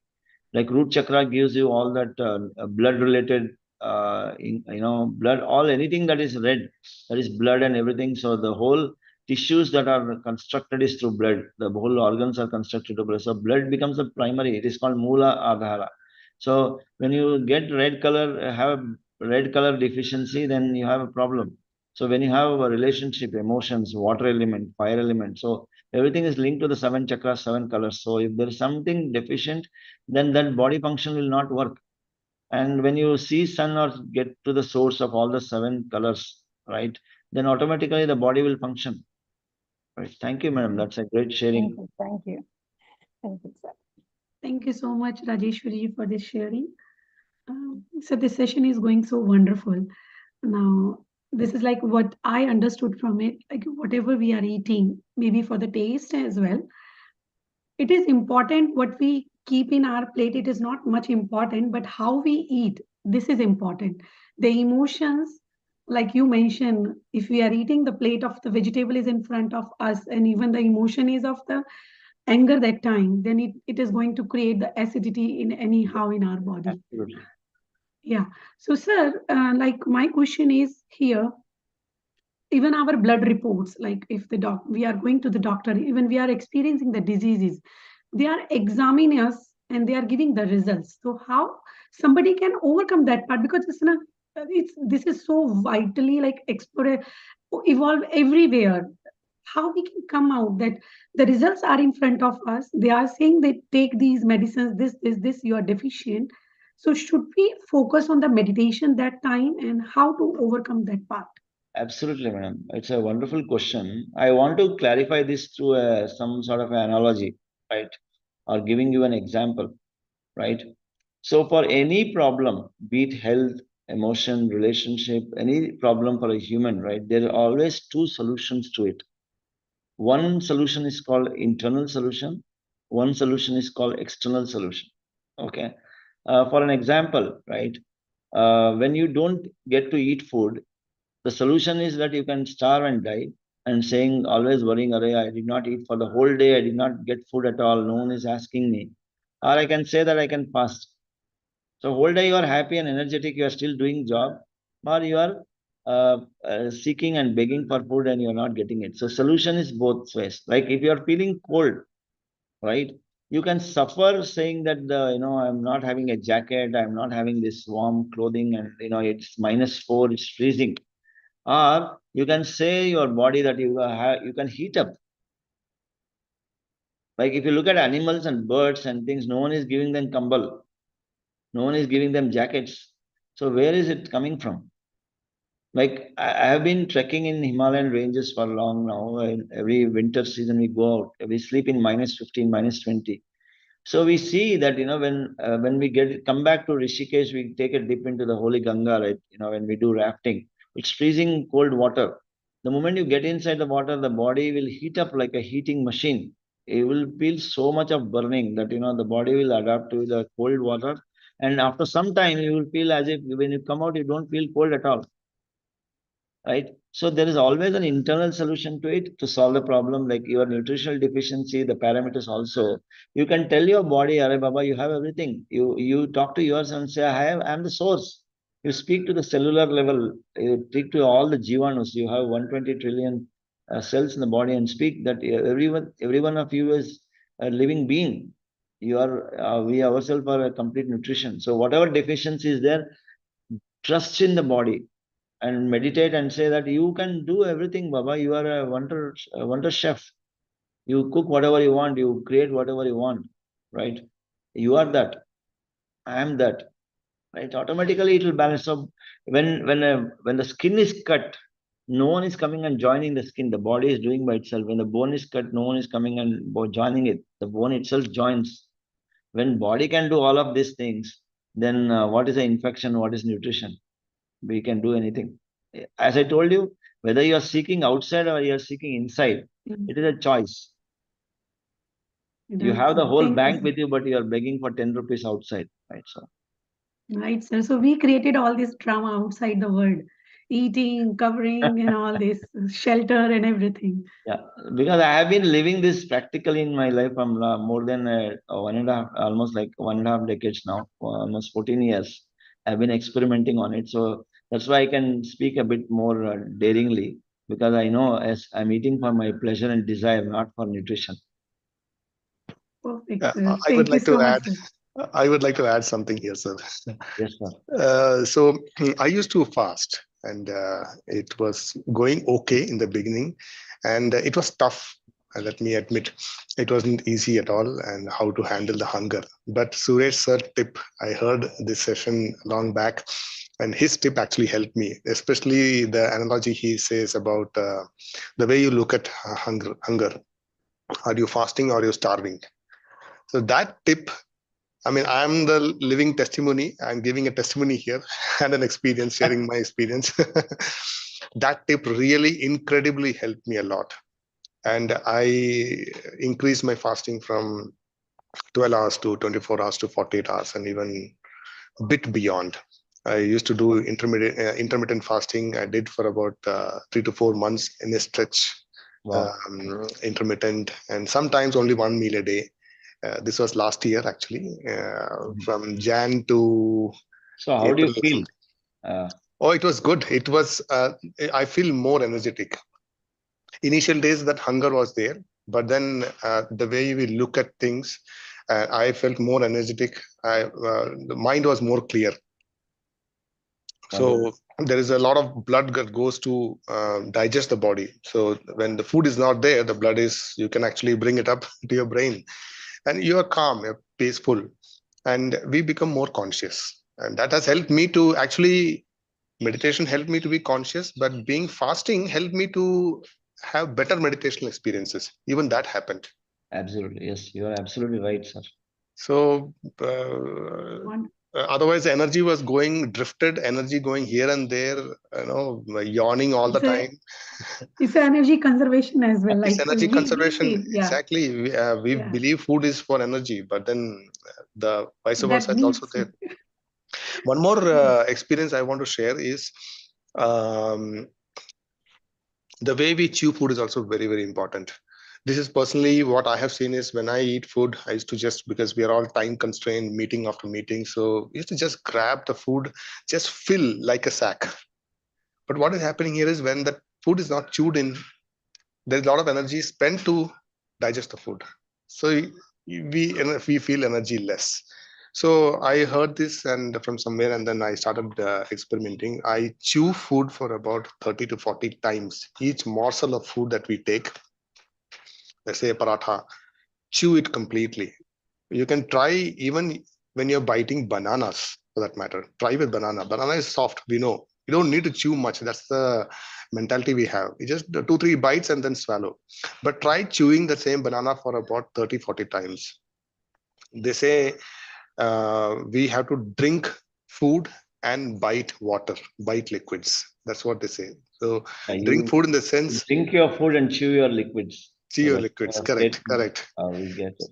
When Yeah. you bite your food to that 30, 40 times, it's almost turned into liquid. The first level of what do you say, the digestion is already happened in the mouth. Then it's already in a very, very fine particle format, which is going to the body, and then you consume less energy to digest further, so you conserve your energy. And second important thing that happens is when you chew so many times and eat, you tend to eat lesser because the mind says, I'm full, I don't need. So if you usually eat at least 5 to 6 parathas, when you chew properly, you end up eating in two, with 2 parathas. Yeah, this one And I experimented as well. Yeah, basically, Sunidhi, thanks for sharing that, right? See, what happens, friends, is when you chew your food, when you drink your food and chew your liquid, so what does it mean to say is you satisfy your emotional hunger than your physical hunger. Like usually what happens is when we gulp the food or swallow, your physical layer would have already filled, but emotions is still not filled. Ye bhi le lo, wo bhi le lo, this much I have eaten, that much I have eaten. You will start gulping. So you are in a hurry, you are in anxiety of whether you will finish or you will get the food or not. So it's a basic human fear consciousness that has been fed into our subconscious brain. It's called, that's why I said mass hypnotism.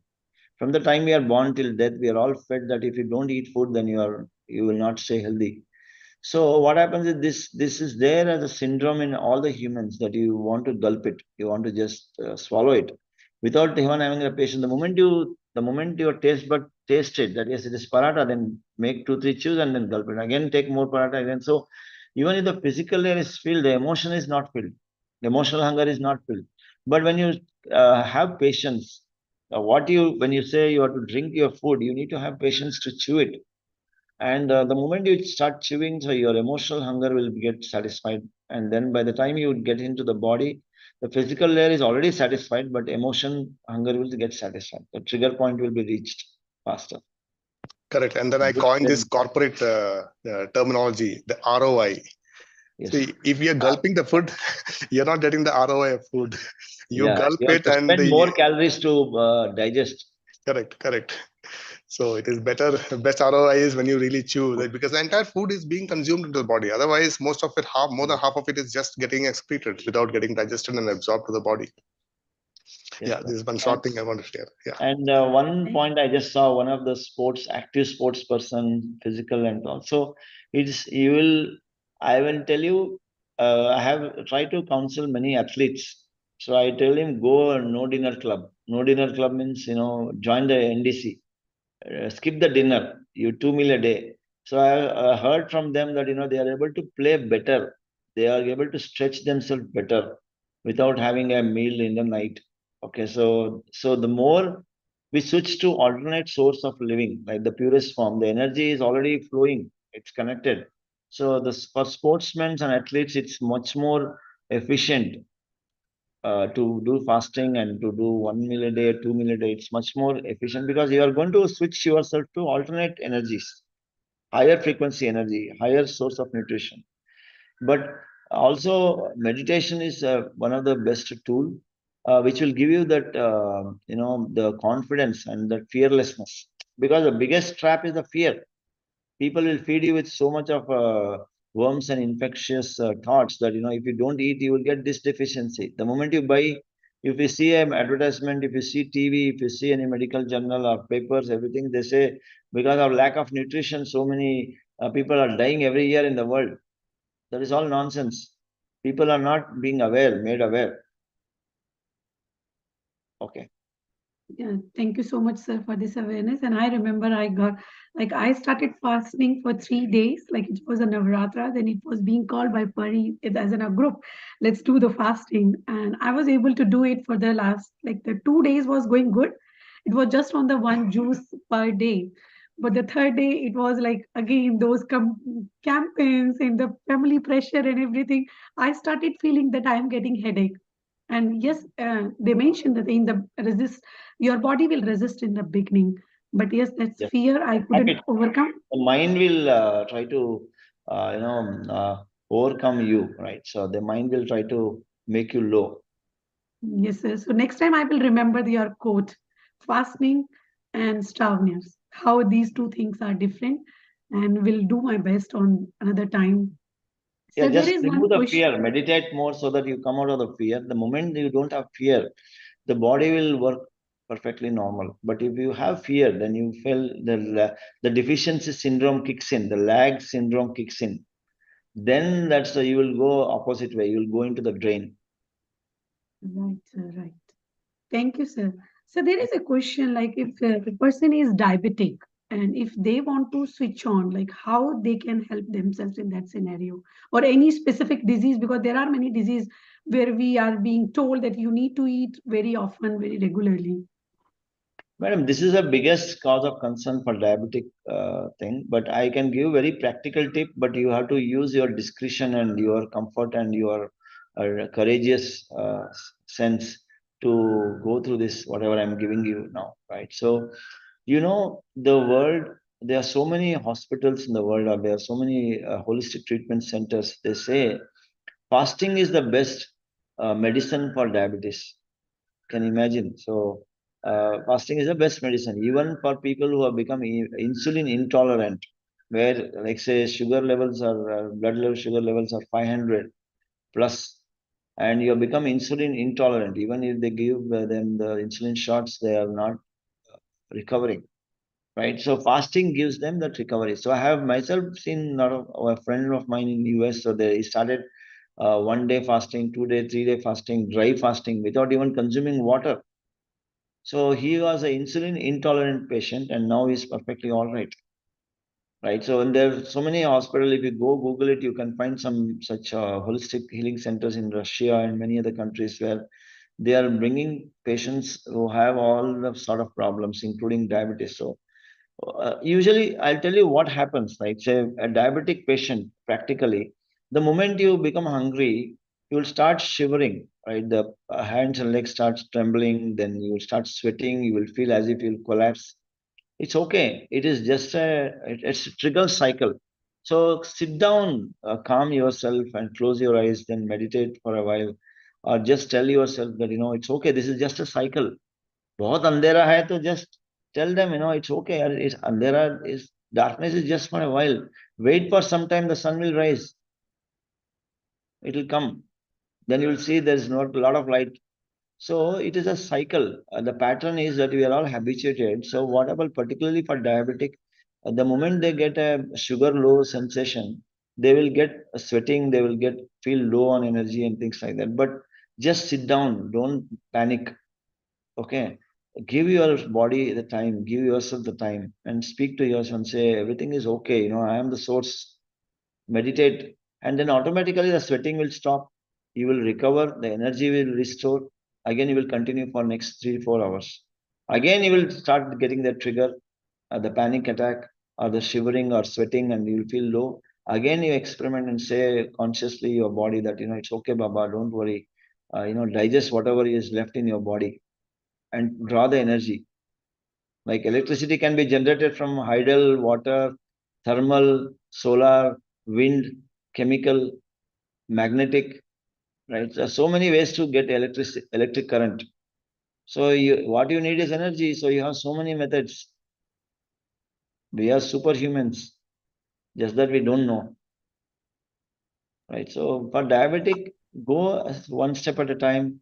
Love yourself, love your body, calm yourself, do more meditation. Then you will get that fearlessness. You will get more awareness. Then you can do a lot of adventures on yourself, right? So Thank you so build much, your sir. own self-confidence for that. Right, sir. Internal solution, outer solution. We need to decide what we need. I am not a professional doctor, but all this, whatever I am speaking, is purely out of my own experience. Please have your own discretion on this. Right, sir. Thank you so much, sir. Sir, there is one more question. I think we have answered it. When we refer to our blood reports, we are deficient with iron, B12, D, and so on. What is the reason behind why we see these deficiencies? Yeah, again, I said, right, madam, there are two ways to draw the solution. You take supplements or medicine, that's one way. Then other way is to go within, right? So, and you have nature, like sun gazing is immediate physical external source or best solution externally. Internally is you meditate and you talk to every cell. Every cell is a jivan. Every cell is a living being in itself, and they are the source. And I am the source feeling. Like when a driver enters a car, right? Okay, even if it is a very big truck with hundreds and lakhs of parts, everything will listen to the driver. Isn't take a left turn, the whole mechanics will turn left. If you accelerate, the whole mechanism will go fast. Right? The driver is one which is driving that truck. Okay. If the driver is not there, then there needs 100 people to push the truck. Right. So I am the source of driving this body. The moment I entered into the body, I am the one who is driving it. I am the Jiva Tattva. So you have to realize that, yes, I already have it, but don't go begging outside. So talk to yourself, talk to the cellular system, talk to the universal, the cosmic energy, which is always connected to us. We are wireless beings. Whether the sun is setting or not, you are connected to the sun already. So draw the energy, talk to the sun, talk to yourself as the central part of your body, right? And then all the deficiency will be filled back. Then you say to yourself that I'm a perfect human being, I'm a perfect nutrition and perfect balanced health. It's all a placebo effect. Thank you, sir. Thank you. Yes, we all need to start this practice and we can heal ourselves. We all know. And let's work on this journey. Sir, any like if somebody is taking 5 days a meal, like I can say now nobody 5 meal was a day. aware with this concept. 5 meal in a day. We were not aware with this concept. But if we want to start with this part that we want to go to the breatharian path, what is your advice? How one should start as a beginner on it? Yeah, madam. The best way is to start is to skip one meal. We don't need 3 meal a day at all. If you are eating a breakfast, then you can take a lunch or you can take a dinner. That's it. Right? That is more than sufficient. And as you practice it, you try to switch for a couple of weeks or days. You can switch for 1 meal a day. Experiment it. Become adventurous. Become like meditation gives you all that courage. Right? So keep meditating every day, at least that many minutes as your age minimum, twice a day. So that fills back all the gaps that you have. Right? So then practice 1 meal a day, 2 meal a day, and try to do one fasting once a week, like what Sunilji said. He went into it, he jumped into the water and then he swam and then he experienced that it's so wonderful to swim, right? So get into experimental mode. We are all masters, we are all scientists. So we are humans with humans are the only ones which has scientific temper, right? So try to get out of that dogma, right? 5 meal a day is a disaster. You are not allowing the body to rest at all. Like if all the females of the world are told that you don't have to cook for 3 days, imagine how happy they will feel. And if you say that your body that I'm not going to eat food today at all, imagine how happy the body will feel. You say, thank you, Baba, Master, thank you for, I can do a lot of other works. I can repair my body. I can repair the cells. I can repair my system. You're giving a lot of time. When we get fever, the body is saying, don't eat, Baba, because you won't get the appetite, you won't get the hunger. You don't feel like eating at all. The body is getting fever. That means to say it is trying to repair. When someone is trying to clean the toilet, it says, don't enter, we are cleaning, you may slip. So when the body is repairing, you get indigestion, vomiting, or loose motion, or fever. That means to say the body is repairing. Respect that. Don't eat, don't torture, don't make your temperature go down from 104 to 99.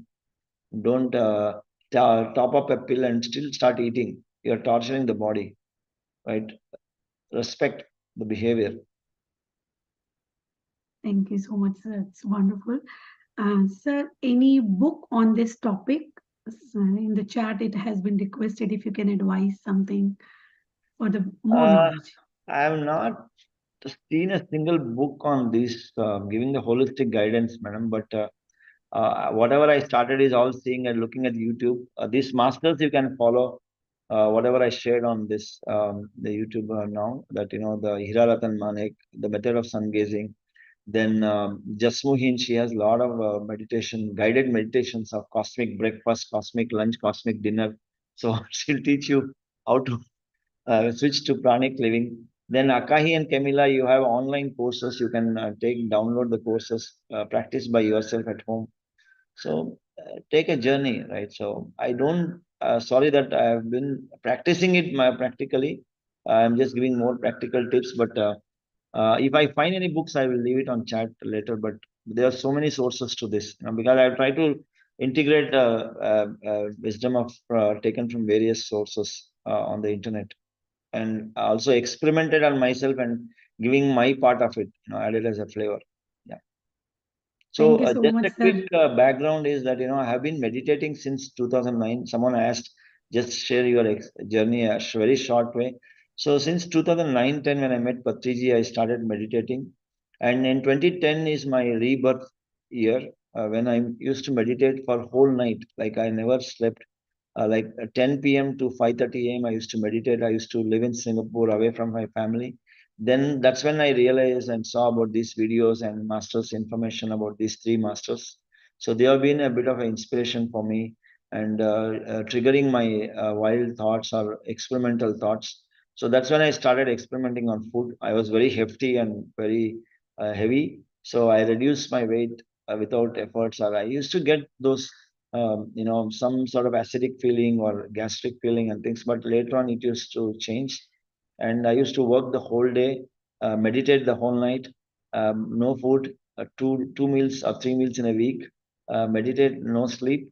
So physical sleep was not required. So 1 hour meditation is equal to 3 hours sleep. So I followed that practice and then realized it is true, because sleeping is unconscious meditation. Meditation is conscious sleep, right? So all these things I experimented, and here I am practice fasting, practice 2 meal a day, 1 meal a day for many years.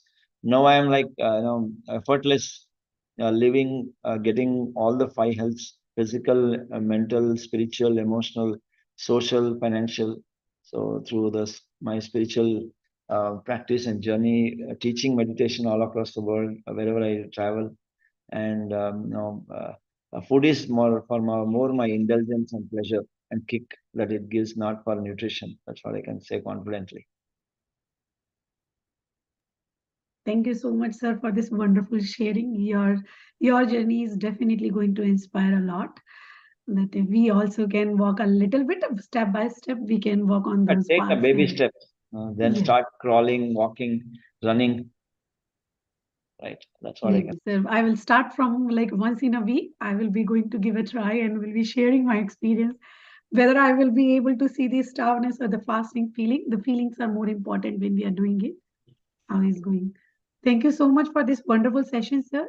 I know we have think, stretched the time. Thank you for being that's here. absolutely fine, sir, because it's a topic which comes like suddenly in front of everybody, and I think it was a very new concept. So definitely the questions we were expecting it to be more. And thank you for the awareness which you have given, sir. It's so wonderful for each one of us. Thank you, Kanchanji. Thank you so much, sir. Thank you. Thank you all, friends. Thanks for your time, and very happy morning to you all. So thank you, Masters, for joining today's session. And thank you once again to Suresh sir for joining us on a very short notice. He joined and he delivered such a beautiful wisdom to all of us. And let's get something from the today's session and start experimenting with yourself. But yes, we remain aware. There is nothing like the practice which we are claiming that you should do, but go with your own courage. Take it by your own, how you are ready and when you are ready for the same. So now with this, we will be going to end up this session. Thank you once again to the whole team, IFSS team and the PSSM Global who has organized these wonderful sessions for all of us. Thank you to the whole team who is working on the back end. Thank you, Masters, for joining. Thank you very much. Let's catch up tomorrow again with a wonderful session. Thank you.